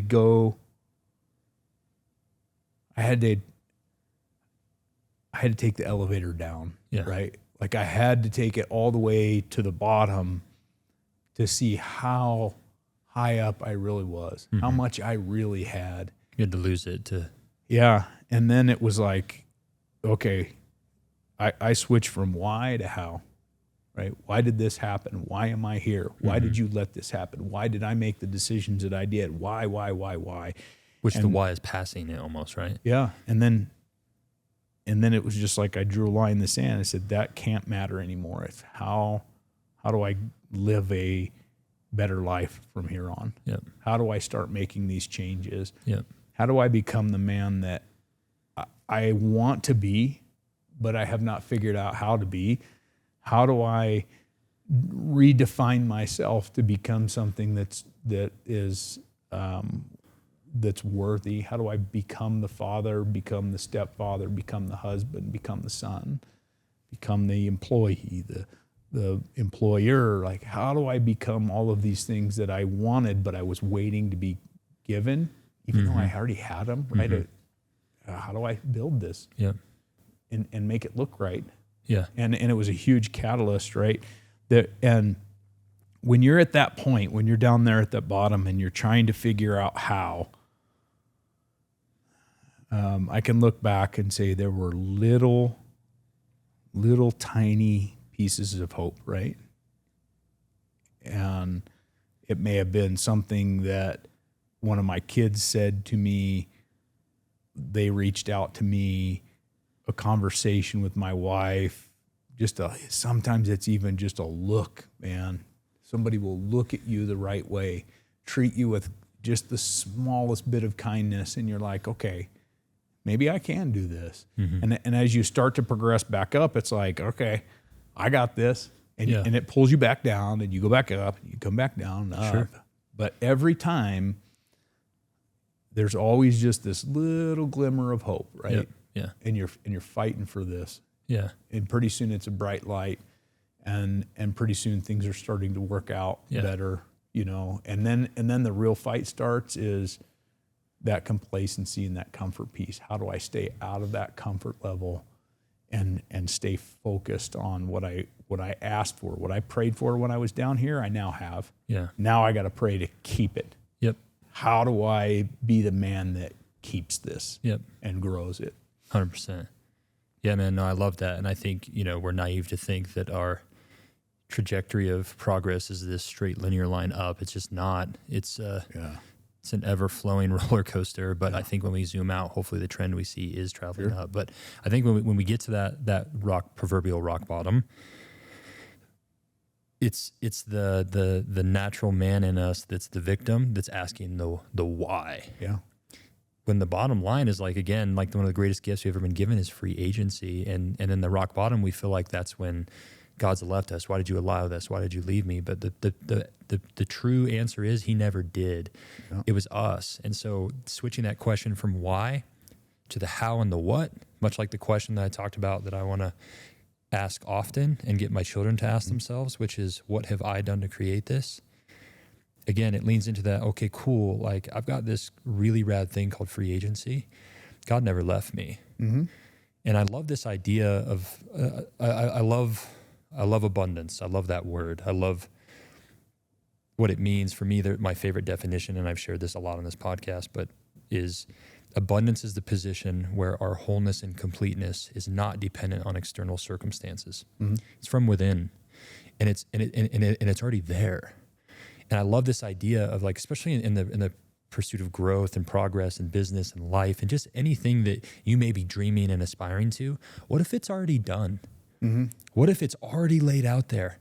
And the missing ingredient is just you putting in the work and continuing to grind. I love switching from the why question in those moments to the, again, asking the right question that brings ownership back to the how and the what. Yeah. And I think that's how we get there, is then we've got actionable items where now we can start moving forward. And it doesn't mean that you're going to hit a little roadblock here and there. It doesn't mean you're going to take a wrong turn. Because like, again, that's part of it. Because at the end of the day, man, we don't win from our successes. And we don't learn from them, certainly, is what I guess what I'd rather say. Yeah, they're a win. It's a win to be successful. But like we learn from our missteps. We learn from, missing things slightly. And I think it's important to realize that. And again, I want to pass that to my children, this understanding that, what have I done to create this? And this thing that, when I was thinking about these questions I want to ask you, I kind of was asking them to myself, and I'm like, what was one of the most important ideas that my parents taught me? Mm-hmm. And my parents split. So I have a really interesting youth and childhood where I make the joke that most people have a family tree and I have a family rose bush. It's a bit thick and thorny and hard to understand. And, but it has flowers. It does have some flowers. Yes, sir, it does. But I was thinking, like, what's one of the most important things that my mom or my dad taught me? And I was thinking about my mom. Probably the number one lesson that I will always carry with that she taught me was kind of this theme of like, no one's coming to save you. Mm-hmm. A quick story on that. I was in like maybe second grade, something like that. And there's this kid at school who'd been picking on me, giving me a hard time for a while. And it kind of was escalating and building. Well, one day he's really getting after me, and he ends up getting physical with me, and he pushes me down, right? And like I get scraped up a little bit, and he was older than me, mm-hmm. and I'm feeling super bad about it. Kind of ruined my day, and I'm looking forward to after school. My mom's gonna pick me up. Mom's a safe place, right? I can get some comfort from mom, and he picks me up, and I'm in the back seat, right? And she's like, ask me how my day was, and so I start telling her about what happened, right? Tell her this kid's been, picking on me and teasing me, and then today he was pushing me and he pushed me down, and this happened or whatever. And after I kind of tell her this, and I'm coming to the end of this story, she pulls the car over to the side of the road, puts it in park, and I'll never forget this. And she it was like a bench seat in the front. It was like an old station wagon, and she turns around, puts her arm behind the passenger seat, turns around, looks at me, and she takes her sunglasses off. She looks at me and she goes, "Next time that happens and you don't do anything about it," she goes, how did she word it? She goes, next time something like that happens and you don't do anything about it, I'm going to kick your ass." And I remember that happening, and it was like such a shock to me, and I was like, whoa. I saw that going so much more differently in my mind. Yeah. Right? But she brought this point to me as like no one's coming to save you. Yeah. Like, you got to stand up for yourself. And don't get me wrong, like my mom loved me and took care of me and, sure. did those things. But I'll never forget that, where it was like this lesson of like, what do you want me to do about that? Like, next time it happens and you don't do anything, like, I'm going to kick your ass, she said. Yeah. And so I love that message of no one's coming to save you. And then I was thinking with my dad, just this idea and this message of like, show up, do the things you say you're going to do. Mm-hmm. And that's something is plaguing the world right now. And especially I'm finding a lot in my business of other businesses and people that I work with and stuff, is like people not doing the things they say that they're going to do. Like, got an equipment repair company that's 12 weeks past when they were supposed to show up and do something, and no call, won't return text calls, nothing. And I'm like, it's not that hard, right? And so I'm a big communicator, and I'm big on, if I say I'm going to do something with you, I'm going to do it. Yeah. And if I can't, or I'm going to be late or something, I'm going to renegotiate that as soon as possible. So that's probably something that I think my dad gave me, was just like, do the things you say you're going to do, show up when you say you're going to show up, because I think that goes a long ways. Well, and that's how you honor yourself too. Yeah. Right. Is you have to play your part. And if you're not playing your part, you don't get the right to complain about the results. Yeah. Right. And I tell you this all the time. Like, I want to be healthier. I want to be in better shape. I want to be stronger. I want to get my muscle mass back. I'm getting older, right? It's harder to do those things. It's harder to grow my body the way I want. But do I show up at the gym? No. So I can't complain about it, right? And Yeah. and it's just, this is back to this over optimization idea. We want it to be so easy to do whatever it is we want. And it's not that we're afraid of the work, because if I go to the gym, I'm not afraid to do the work. Mm-hmm. It's just taking that first step is really, really hard. It's the getting there. Yeah. It's just getting started. Yeah. I mean, I think that's so true in so many different things. Same thing with business. How many people have great ideas but just never do anything about it? The ideas are a dime a dozen. And Brenton said it the other day, perfect. It's the number of people that take action on the idea is what's really hard, right? That's the rarity right there. Yep. And not to get away from the next question here, but even with Elevated Labs, I'm a visionary, right? I can come up with ideas all day long. I have a really hard time executing. I need to find somebody who can help me execute the idea, right? Because I get caught up in this, here's how it looks, and here's the process, and here's this. Same thing with going to the gym. It's like, I know what I'm going to look like if I go to the gym 5 days a week, right? And I eat right, and I do all this stuff. I know what I'm going to look like. I can envision that. I need help getting to the gym. Accountability comes in all different shapes and sizes and forms. I'm yet to meet another human being that doesn't require accountability from some sort of external source. And that's different for everybody. Yeah. There's arguments for it for all of your different categories of health. We need some sort of accountability piece, whether it's your spiritual health, your mental emotional health, your physical health. Like most of us benefit from some form of external accountability, and we have to create that. I mean, and that's a problem that exists, and so I solve a problem with that business, right?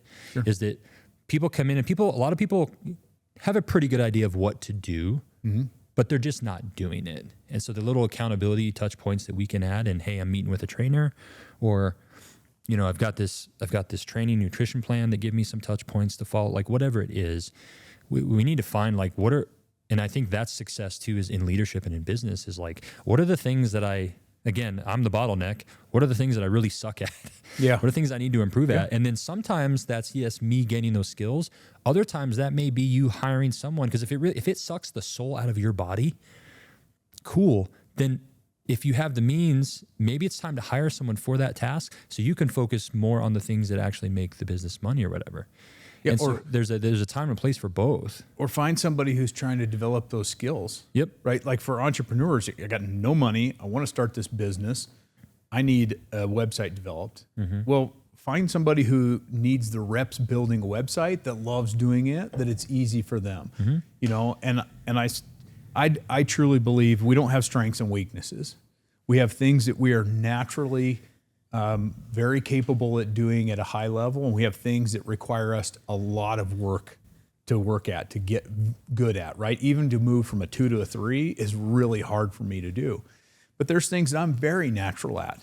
And this whole conversation is about this stuff, is how do I continue to do the stuff that I'm really good at more because I'm naturally good at, and how do I find somebody to help fill in those things that I'm not very good at? Yeah. And maybe grow myself just a little bit over there, right? Without a tremendous amount of time or effort or work to get into that. Just go from a 2 to a 3 would be amazing. That's a very interesting concept of I don't have strengths or weaknesses. I don't hate that because what it does is it's Seth Feroce is a bodybuilder I've followed for a while, and he has a saying where he says all the time, I don't have problems, I just have more work to do. Yeah. And it's much like that. Like I don't have weaknesses. I just have things I need to develop. Yeah. Because anything that is weak can become a strength, right? Like squats were a nemesis for me for a long time. And so I started squatting twice a week. So I really spent a lot of quality time with it, even though I didn't want to. And then guess what? I started getting good at squatting, But you still worked on these other things. Still worked on the other things as well. And just so, as well, yep, Yeah, it just takes a little bit more too. And if you think about it, like it's incremental gains. I like a 1 to 10 scale, right? So if I'm a 2 at something and I go to a 3, I just went up 50%, right? Yeah, exactly. and then it's just marginal as I continue to grow.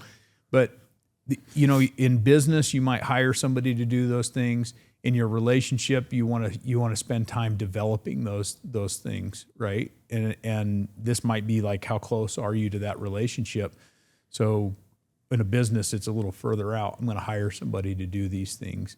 But in a relationship with my wife, I'm going to learn how to do this. Yeah. I need to learn how to do this. I need to put the time and effort into upping my skills, or if it's communication, I got to do it, right? Yeah. With my kids, I've got to do it. Love that. And I speak to vulnerability as not being a negative attribute, and vulnerability is what keeps us in the mindset of being a student, always a student. And that's why I love this podcast. I said this in the beginning when I started it. I'm like, I'm not doing this because I have it all figured out. In fact, it's quite the contrary. Yeah. I'm doing this because, man, I learn. Like I'm learning today with you. I'm stoking the fire, right? I'm turning up the volume a little bit on these things that inspire me and help me be more efficient in my life. And if on my quest to learn and ask the questions, I can bring people along with that journey with me. Yeah. Oh, hell yeah. Yeah. Right. And that's what it's about. So no, I love that, man. And you've hit some incredible points. We'll kind of wrap things up here, Jake. Are we at 5 hours already? Just shy of 5. I'm gonna go through my list here, make sure there's not another one that I wanted to make sure that we talked on. Because man, you had some good ones. We go down some rabbit holes. We do. That's okay, fun. Man. This is great. I want to tell you, I appreciate you having me on today because,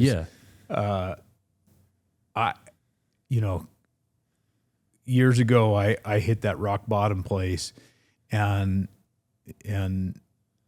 I focused really hard on dismantling my ego. And when I first met you, I think I told you this, right? Like, I don't have the ego to come into the gym. I don't want to be jacked again. I mean, like in the back of my mind I do, but I fight that. I just don't have the ego anymore. And you said, well, we need to get your ego back. And I struggle with that, right? Because I used to be a very forward, out front. I was on social media all the time. I was doing all this stuff. And then I stopped, right? Some things happened in my life, and I stopped posting on social media and stopped like craving that outside attention because I was ashamed of where I was at.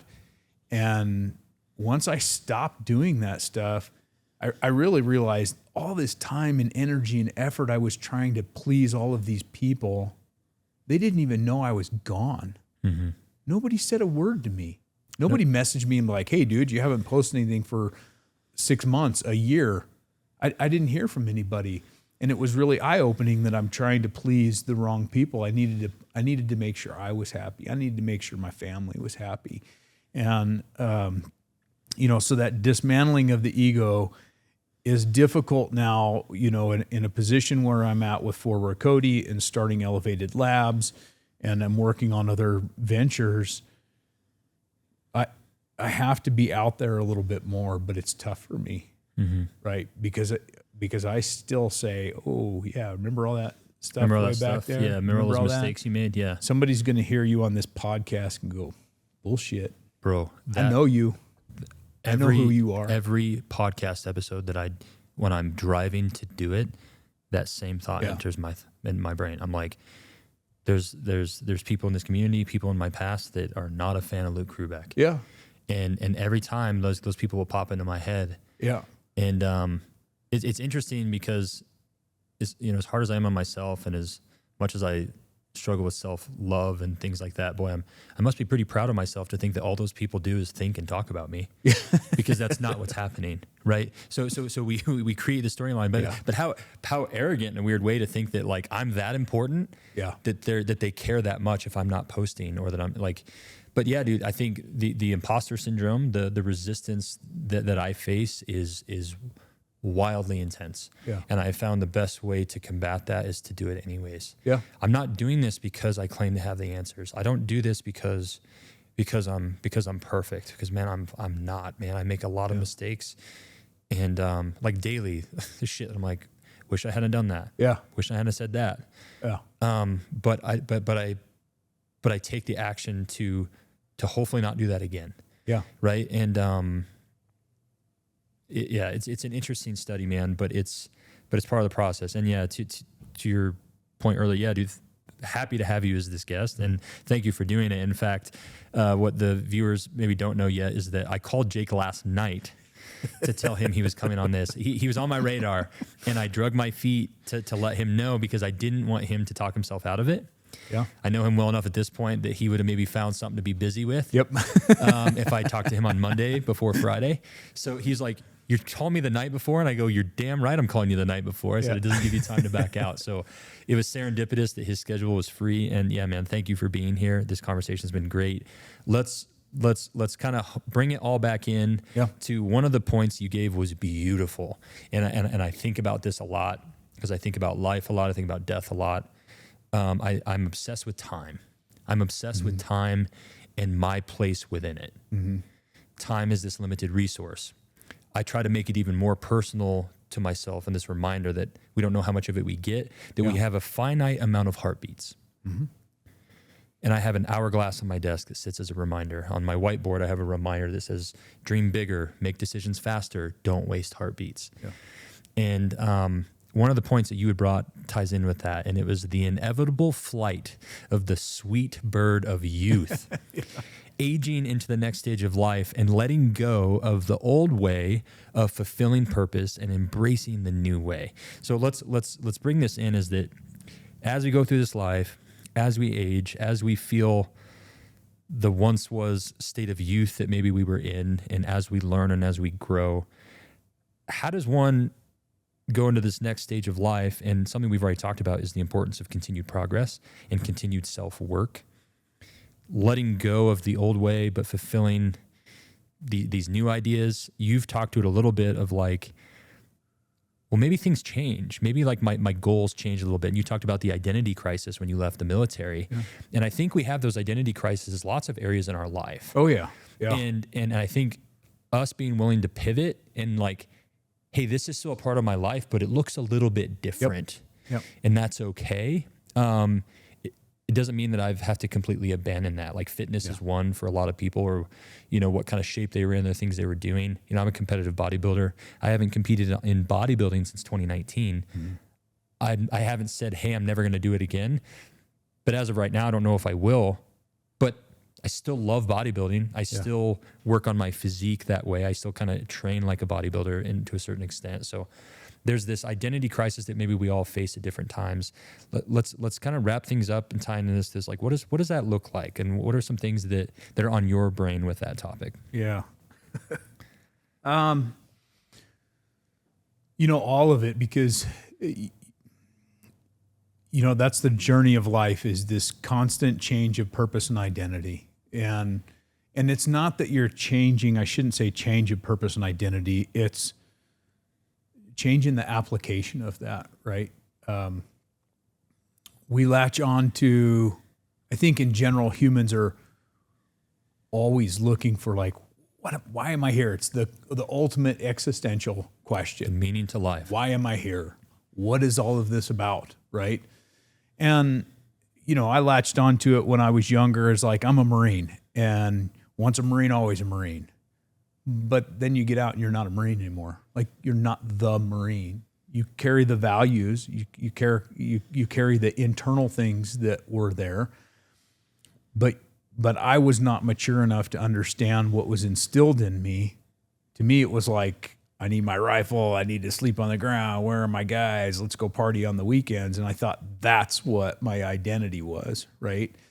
And it's one of the things I've tried to teach my kids is like, your job is not who you are. Your job is your character.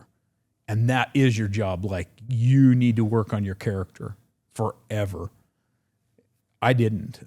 I was working on, I've got to be a Marine. I've got to be a cowboy. I've got to be this and this and this and this. And now I'm an entrepreneur. Now I'm a business owner. Now I'm an e-commerce guy. Now I'm a web guy. Like, all of these things. And the interesting thing is, all of those things pass, right? I'm not any of those things anymore. Now I'm in economic development. What I am is I'm a man who is still struggling to find overall purpose, but I see these little pieces of it, right? I see it in my family. I get to be a dad. I get to be a stepdad. I have my kids, my wife. They are flipping awesome. Like, that's my purpose. And I think women go through this as moms. Our last kid is going to graduate here pretty soon, probably go to college, and then it's just me and my wife. We never dated. She had 2 kids, right? Like, we've always been a family. Now we're not a family. Now it's just me and my wife. We're already trying to figure out, like, how do we sit here and watch TV with each other? We've never done it. We're always catering to a kid. And how do I still be a father to my son when he's 17 and a half hours away? You know, all of our kids are all over the place. Our oldest is having a baby, right? Our middle daughter's getting married.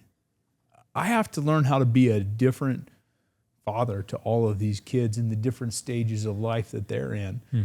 And it's not just, I'm going to come home, we're going to have dinner together, and we're going to do family stuff. Now it's like, I got to stay engaged with them. I've got to figure out how to still be a part of their lives. That's a challenge.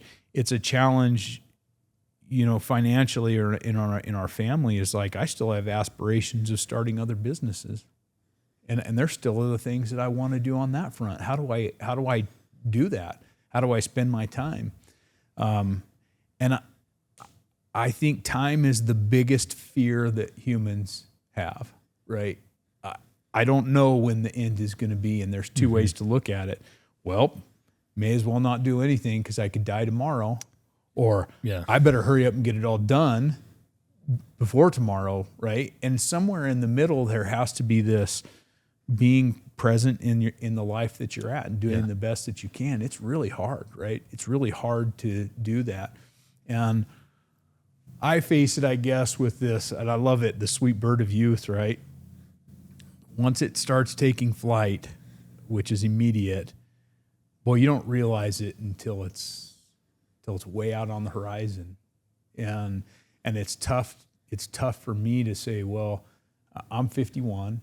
The goals that I had when I was younger of what I want to do by the time I'm 50, you know how many of them I reached?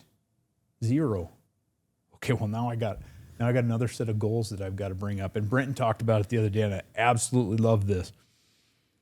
If you didn't reach your goal, you need to find another goal. You didn't do that. Good or bad, it's gone. Now you need to find something else. And I'm trying to find that. Like, what does that next series of goals look like? And it's challenging because, man, I love being a dad. I wasn't always a very good one. Not a very good husband either, but I love being a husband. And my parents, you know, they're getting older. Wasn't always a very good son either. How do I, again, it's maybe this rock bottom thing is, how do I become the next version? I don't even know what that guy looks like. I can't envision that. For me, that's a challenge right now. And I think that's part of the process of this continual progress and developmental state we try to stay in as we age and as time continues to pass by us, because time waits for no man, is this importance of the dreaming process. Yeah. And having that vision. I went to a workshop once where they did an exercise, a meditation exercise, where they had you close your eyes and like turn your head to your right and imagine that like 10 years from now, that version that you want to be is standing right there. And there's this argument that for a lot of people, they're like, well, I don't know what that looks like. And they're like, yeah, but you do. It's in there. And this visualization, like think like, and they were like, imagine everything. Like, what kind of clothes you wearing? Like, what's your hair look like? Like, what do you smell like? Like all the things, like get really vivid, like that, like the vivid vision process, which is helpful for personal life and business life. But it's an important piece of the puzzle, and not enough people dream or have a vision board, right? And I patronize people all the time. I was talking to a guy, I told a story to my team the other day. I was like, I ask everybody, like waitresses, everyone, I'm like, hey, what's your dream? Yeah. If you're like, what? And there's this, one of the convenience stores that I go to a lot in town, there's this dude that works there, and good dude. He's awkward, younger kid, and you know, probably no one ever speaks to him, right? Yeah. Just transactional, and it's whatever. And so got to know his name, and I said, hey man, what's your dream? You should have seen his face. What do you mean? I was like, what do you mean what I mean? I go, if you could be doing anything right now with your life, not working here, I'm guessing this isn't your dream. He's like, no. I was like, cool, what's your dream, man? If you could be doing anything right now. And he's like, and he knew, right? Well, I'd like to be the guy that demos video games for companies before they're actually out. I was like, cool, rad. So then I started asking more questions. I'm like, I'm guessing to do that, you'd probably like, it'd be on like YouTube, or like you would demo it so that other people could watch it and see it and get excited about it, right? He's like, yeah. I was like, cool, what are you doing to work towards that right now? Yeah. And he's like, well, nothing. I go, well, why not? And then so I start giving him ideas. I'm like, well, we already talked, you probably have to like have a YouTube channel, right? He's like, yeah. I was like, do you have one of those? No. I was like, well, dude, you could start a YouTube channel and then you have it. And I go, you probably have to get good at talking to a camera, right? I was like, for a lot of people, that's really tough. Mm-hmm. Like people suck at UGC, user-generated content. People freeze when they point a camera at themselves. Sure. I was like, what if you just play the games that you already play, set up a camera, just your phone is a great camera, start there, and just video, talk to the camera while you're playing and just get those reps in. Who knows, man? Maybe start getting some followers, and then maybe that opportunity, like just start working towards it, right? Yeah. But like having the dream and having the vision, I think matters at any age, because okay, you got someone that's close to retirement. Cool. What does retirement look like? Well, I don't know. We're empty nesters and we don't know what that looks like. Right. Start fucking dreaming about it and start talking about it and get it on paper and get a vision board for like, what does life look like for Ange and Jake and as empty nesters? Yeah. Because otherwise it's going to pass you by again. And you're like, shit, there went 5 years and we just kind of like floated through this. Like it's important to dream. And I think as this sweet bird of youth is leaving us, like continue that dreaming process and that vision. And, we asked the question, like, what's the meaning to life? That's a tough one. It's probably different for everybody, but dude, really basically stripped down, it's to love, to be loved, and to find choose, emphasis on choose, and feel joy. Mm-hmm. Like that's the bottom line, dude. And that's what my family gives me. Yeah. Yeah. My sweet children, they teach me more than I teach them. 1,000%. And my little boy, he's 4. Man, he's running like he doesn't have a care in the world. Yeah. And I'm like, that's how it should be. And I'm like, I'm almost jealous of him. I'm like, I want more of that. I want more of that. Like he's not worried about what other people think. And he's unconditional love. He's forgiving. Yeah. And I'm like, man, we learn a lot from kids. Kids teach us more than I think we teach them. Oh yeah. So yeah, I don't know. Life's pretty rad, man. Life is hard. Sometimes we make it harder than it needs to be. But I'm grateful to be on this journey, and I hope that, God willing, I get a bunch more trips around the sun because I want to experience more of it. I want to have more conversations like this. I want to meet more people. I want to chase dreams. I want to set goals, and I want to work for them, and I want to do those things. And I very, very much appreciate you coming on and having this conversation with me and getting vulnerable with me. And like I said, I think it's helpful for us to get that stuff out. It's helpful for us to talk about it. It helps us navigate through it and get it in front of us so we can problem solve. And again, bringing other people on the journey with us, I think is inevitably helpful for them because again, you and I aren't the only ones going through stuff like this. So. Yeah. And like, one of the things that's like paramount to me, I guess, right now in my life is encouragement. Yeah. Right. Because there were certain times in my life, I just need a little encouragement. Yeah. That's it. It's like, you can do it, man. Just, I don't need here's what you need to do all the time. I just need to know you're going to make it. Yeah. You have the ability to make it. You can keep pushing through, Yep. Elevated Labs is like that. Coming here with you and I have these conversations like at least once every month or two. Yep. And that's the purpose of it is you can do it. It's going to be okay. You're going to be okay. You're going to make it. You're going to figure it out. It's going to happen. You may not get to your dreams in 5 minutes. It might be 5 years. It might be 50 years. Yep. But you're going to make it. 100%. You're going to. I know that. If there's one lesson that I hope I impart on the world, it's that you are going to get there. I wanted to be a Marine when I was little. I became a Marine. I wanted to marry my wife. It took me 15 years, more than 15 years to marry her. I wanted to be a father. I wanted to coach. I wanted to start businesses. I wanted to do all that. I just set the goal out there and just hack away at it a little bit at a time. Just keep going, going, stay in the fight. 100%, man. Yeah. Stay in the fight. Keep on keeping on, right? That's right. That's what it's about. Appreciate you having me here today. Yeah. Thank you so much, Jake. Appreciate the conversation. And who knows, man, we might have to do a part 2 with you. Cool. All right, everybody. That was episode 20. Thanks for tuning in. I hope you enjoyed it. I certainly did. Great conversation with my friend Jake, and talking about life, what it means, why it matters, where we're going, and everything in between.